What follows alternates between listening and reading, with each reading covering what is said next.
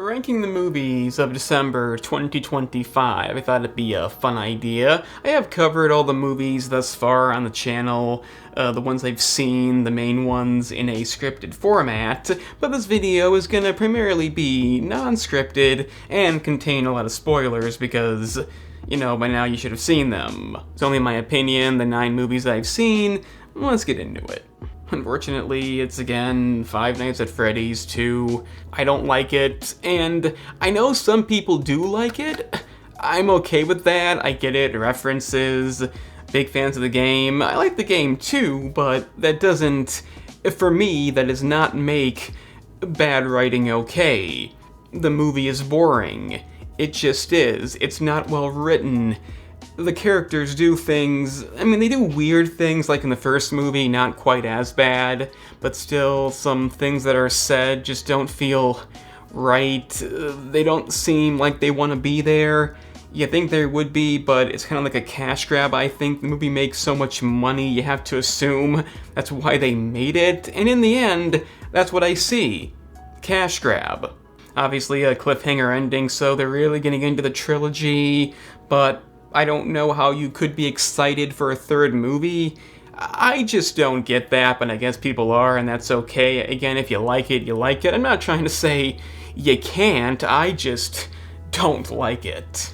I don't like the twist. I don't know if I call it a twist because it's very obvious, but in the movie you have Vanessa's brother, who's so clearly the bad guy, who's clearly behind it, and then they act like that's unexpected. He's in one scene before the end, and you got that other big guy who's also in one scene, and he knocks him out saying, "Where are you going?" And okay, why not just let him get away? What's even going on here? You don't see either again in this movie. The ending is stupid too. Again, same thing. He tells Vanessa, fuck off. Can't trust you. Why not just move beyond that? It could be going somewhere, just speculation, but personally, I don't care. I didn't have any interest in the movie, and I'm not remotely excited for another one. So only one movie gets my worst rating of, burn them, but the next few don't get very high ratings either, and I gotta go with Avatar 3. Now look, I know there's a saying going around, grifters, they call people like me grifters because I supposedly don't like things on purpose, and while I legitimately don't like Avatar 3, I can understand liking the first two. The original movie was interesting. I still didn't like it. It was too cliche, too predictable, but for the time, it wasn't as predictable. I think it wasn't. Yeah, the unique idea, the whole Avatar gimmick, that was a cool idea. The main guy being crippled, Jake Sully, that was a good idea too, but then the sequel came out, and it was you added water? It's not that different. Terrible character moments, predictable stuff, cliches. I hate saying that, but it's what the movie was. It was cliches, it was predictable, it was stuff you put in when you don't know how to write. The fucking whaling subplot. Why? Everyone knows whaling is wrong. You added a half hour to this movie for that. And it's you thought you had to do it again with the third movie, but in that case, the ending was unique. Not like the first movie, but in this case, it is like the first movie. It's very similar. Since the third one didn't move to a new area, which it probably shouldn't have, because that'd be just more predictable stuff, but because it didn't, it's so by the numbers. Stuff happens in it, gets resolved immediately. That's what the movie does. The stuff with Spider is really stupid. Oh, we need to kill him. And Jake is no, we can't do that. Then he's oh, we have no choice. They're gonna find out he can breathe air. Their air. And then she, a plot device, what's her name? I call her plot device, says, but he saved you. A minute ago, you wanted to fucking kill him. In his sleep, right? And I was oh, he saved you. And he's come here, son. Son. I'm gonna kill you now. Like Jim Morrison, but reversed.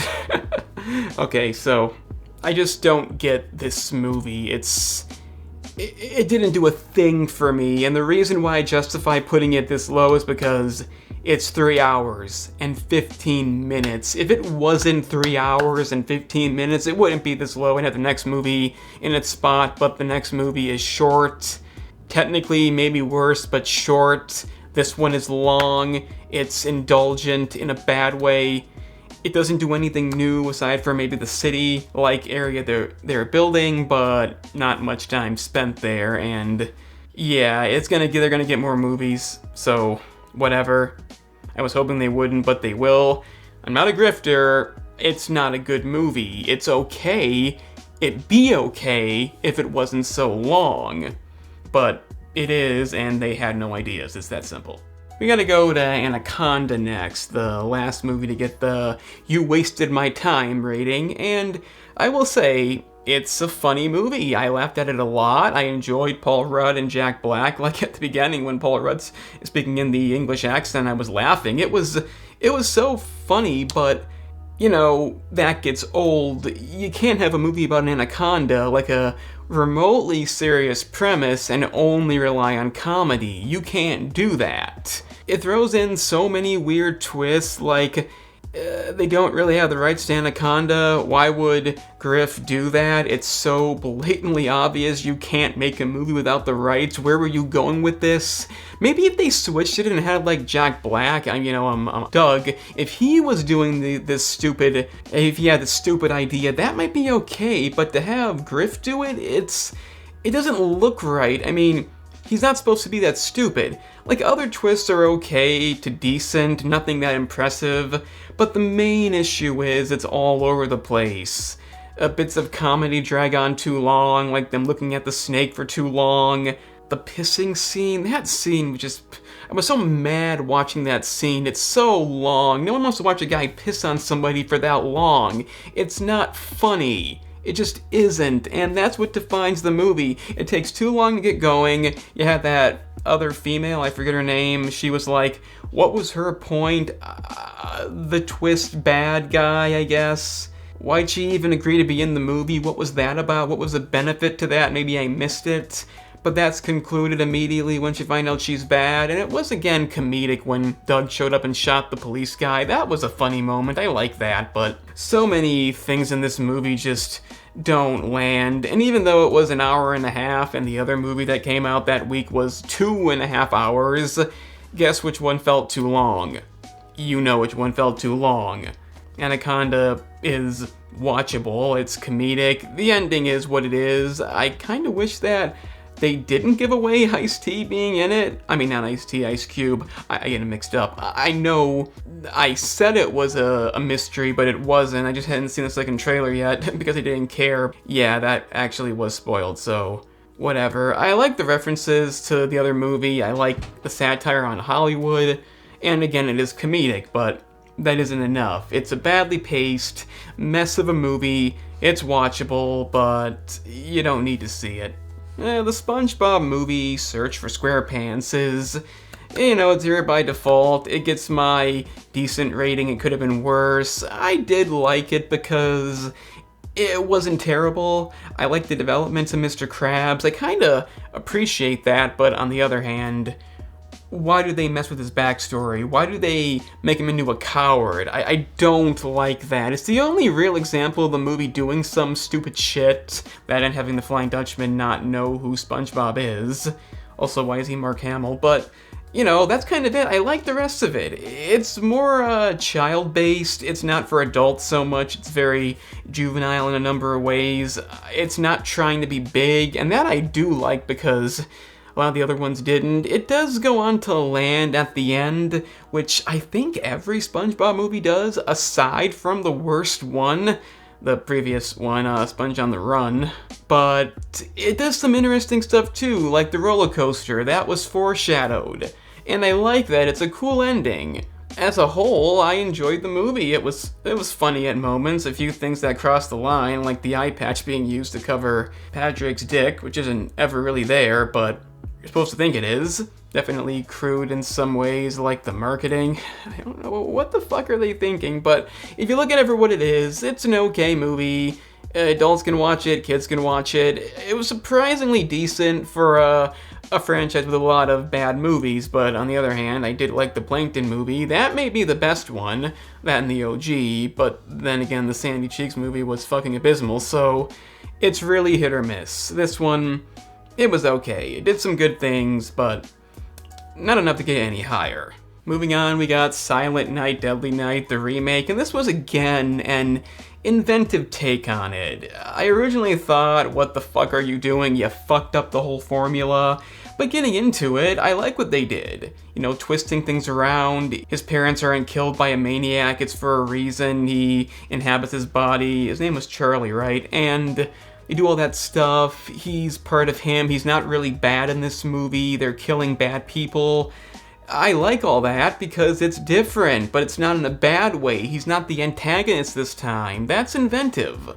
What I don't like about it are other things they didn't need to do, like saying if you don't kill somebody, somebody innocent dies. I didn't care for that. I didn't care for a lot of the ending when he gets killed and he ends up inside of her and she has him in her head. That was debatable. I think she was a great character. What's her name? I don't remember names, alright? I had to have that written down. Doing things, you know, non-scripted. It's not gonna work out. But the characters are good in this movie. Not taking too far, being slightly messed up inside, but not too much. That's all good. I enjoy that. It's just, the movie needed a bit more focus. I don't like some of the ideas. But for the most part, it's a pretty good reinvention of the franchise. The first movie, I don't even remember the rest of the franchise, but the first movie, I liked it, and I like this too. Maybe it's superior. I have to put Fuck 'em All above that because it does what it's supposed to do better, being a slapstick comedy. We're already into the second best rating. Not a bad month, I think. But yeah, it's just a good slapstick comedy, and I'm really happy to see that. There's not a lot to say about it. The jokes are funny. It has a decent narrative. It's not The Naked Gun, you know that already. That was amazing, but it's still pretty good. It's a funny movie, and if you like slapstick, you're gonna like this. It wasn't perfect. The pacing isn't perfect. It's way more British, so, you know, if you want that. I personally love British humor, and I love Monty Python, so for me, it's a great balance, but maybe not for everybody. Naked Gun is more universal, but I think it's a really decent slapstick comedy, and I'm really happy to see that. It's a good thing because I love slapstick. I just do. I'm not ashamed of that. Dust Bunny is complicated, and I know a lot of you probably didn't see Dust Bunny, but you should have. I don't know if it's still there, but I would see it. It's a damn good movie, and the best thing about it is the world building. I don't know if it's like a mythical or like fantasy-like environment. It kind of is. But so many scenes build up this world, like the Lord's Prayer they have at the church, the scene when she has to steal the money. I love the way they do it, how it's different. It gives everything such an identity, and I love that. But the downside here is just not being a big movie, and a lot of it being in one area. Most of the movie is in the bedroom. You know, not sexual, the bedroom is in like where the Dust Bunny is and all that, where all the shit goes down. I like the mystery as if the Dust Bunny's real or not, and you know, in the end it is. I didn't know that. It was a great trailer, but you could have done a bit more, I suppose. It is a bit limited to the room. You have to accept that's what the movie is. So, its downside is just not being big enough, not enough to this movie, but that's okay. It's so unique, all the scenes are unique, the action scenes we do get are just inventive, nothing feels the same in this movie, and that's why it's so good. It's creative, it wants you to look at it, it's not just there. The acting is great, Mads Mikkelsen, you know I love him, his lead is fantastic, so much fun in this movie.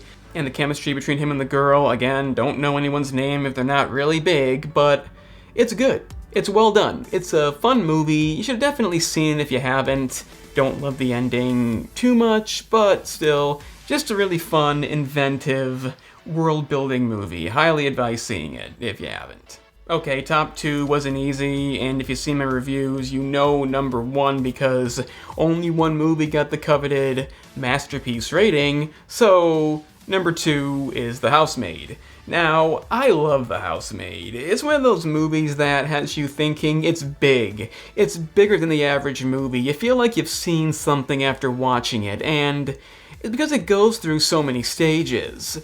There's twists in this movie, and I like some of them. I like how in the end, how Nina is faking having mental problems and it's all one big scheme to set up Millie. That I love because you don't particularly see that coming. You know something's going on, but you don't know that's going on, so that's just fantastic. But on the other hand, I don't love the way Andrew is handled, because you know he's kinda the bad one, you know he's the one who's truly no good. He's too nice throughout the movie, and then when he does become bad, it's kinda like, where'd that even come from? It's like, oh, you broke the glass, now you must pay. It comes out of nowhere, and you do see it coming. And that and a few pacing issues, like exposition being explained all at once, it kinda drags down the movie, so it does get the second spot. It loses my amazing rating, but it doesn't take away from how enjoyable it is. It has scenes that are uncomfortable but still engaging. You have to look at it. It demands your attention, and that's what I love. It demands that you watch it and really get into it. The acting is great, Sydney Sweeney like always, and Amanda Seyfried, it's fantastic, but I do want to talk about one thing I didn't get into in the review because I couldn't, and that's the ending. I didn't really think about it when I reviewed the movie, but I do not like the ending that much. I don't like how nobody goes to jail, because how is it that he can fall that far, had the incision in his neck, that she clearly put there, and it gets let go because the cop had some kid who was affected by him. Last I checked, the cop doesn't decide that stuff. It would be examined. The fact that they both get away with it, given how respected he was in the community, is a cop-out ending. And the thing is, if Nina had gone to jail, it would have fit real good because she kinda did deserve it. I mean, yeah, a victim, obviously, but what happened to Millie was quite horrific. A lot worse than pulling out hair, and she set all that up on purpose. So, I don't know, like the perfectly happy ending when she has the kid and nobody's punished, it doesn't work. It doesn't fit. It's not really reasonable. If somebody did that to me, I'd be kinda mad. I wouldn't say, oh, look, we won. I'd say, no, I got like 10 incisions on my chest, and that's kinda your fault. And then the very end, when what's even happening at the end? She's going after abusive husbands. Did I, misinterpret that ending? How was that set up? So yeah, a few issues in the narrative of this movie, but it's still really good. It's really enjoyable. It's a big movie. You get into it, you don't get bored, so... And also, it's not failing. Fuck you if you think Sydney Sweeney killed the other movies. Yeah, I know, it's just so laughably stupid, but, it's doing well, and I'm happy about that. So, number 1, you know what it is. Marty Supreme, the newest movie, the last movie I'll be seeing this year, and how could it not be? It's so fucking good. Timothée Chalamet is amazing. He deserves to be the actor of the generation. Nobody quite like him, dynamic roles, never doing the exact same thing, and I just love seeing him. He's one of those few people that when he's in a movie, I want to see that movie. I don't commonly say that. I do not commonly say, ooh, I want to see it because he's in it, but in this case... yeah, I want to see it because he's in it. He's just amazing. He brings this role to life, being kind of a dick. I mean, a real dick, not being a nice guy by any means. And I love that because you kind of still feel for him, even though he's a dick. And that's hard to do. It's really hard to do. So between that and learning table tennis for real and crafting those amazing table tennis scenes that draw your attention, that demand your attention, that the music quits playing, it's so good. I love those scenes. And the rest of the movie, okay, so, again, it's not perfect. It is a bit random. The stuff with the dog is the most problematic. It doesn't really go anywhere. And yeah, it's not a perfect movie. And you do question, should we feel good for him in the end? Does he deserve the ending when he's kind of like crying, he sees his baby? And also, why is his girlfriend like still with him? The weakest character, definitely. Why is she with him? He's an asshole. He left her with a bullet wound to play table tennis. You know, stuff like that does make you think it's not a perfect movie, but the random nature is really what makes you think that, because some stuff doesn't need to be there. So, all that considered, it's not perfect, but what's done right is so good, it still gets the high rating. It's being deemed one of the best movies of the year, and it should be. It's just so hilarious how his brother made the Smashing Machine. It's just so hilarious. Maybe you shouldn't have split up, yet that movie still got good reviews, so fuck y'all. I don't know. This has gotten better reviews, a lot better, and yeah, it deserves it. It's amazing. I kinda thought it would be. Who didn't? Chalamet is amazing. He's one of the best actors of the generation, so Marty Supreme earns the best movie of the month. Not the best of the year, but definitely this month, so it is what it is. That concludes this non-scripted ranking. It's probably a complete mess, but if you got to the end, like and subscribe down below, hit the bell to get notified, share the video if you can, be sure to look at the main channel for more dynamic reviews, and that's it. I'm the Cinema Analyst because somebody has to be.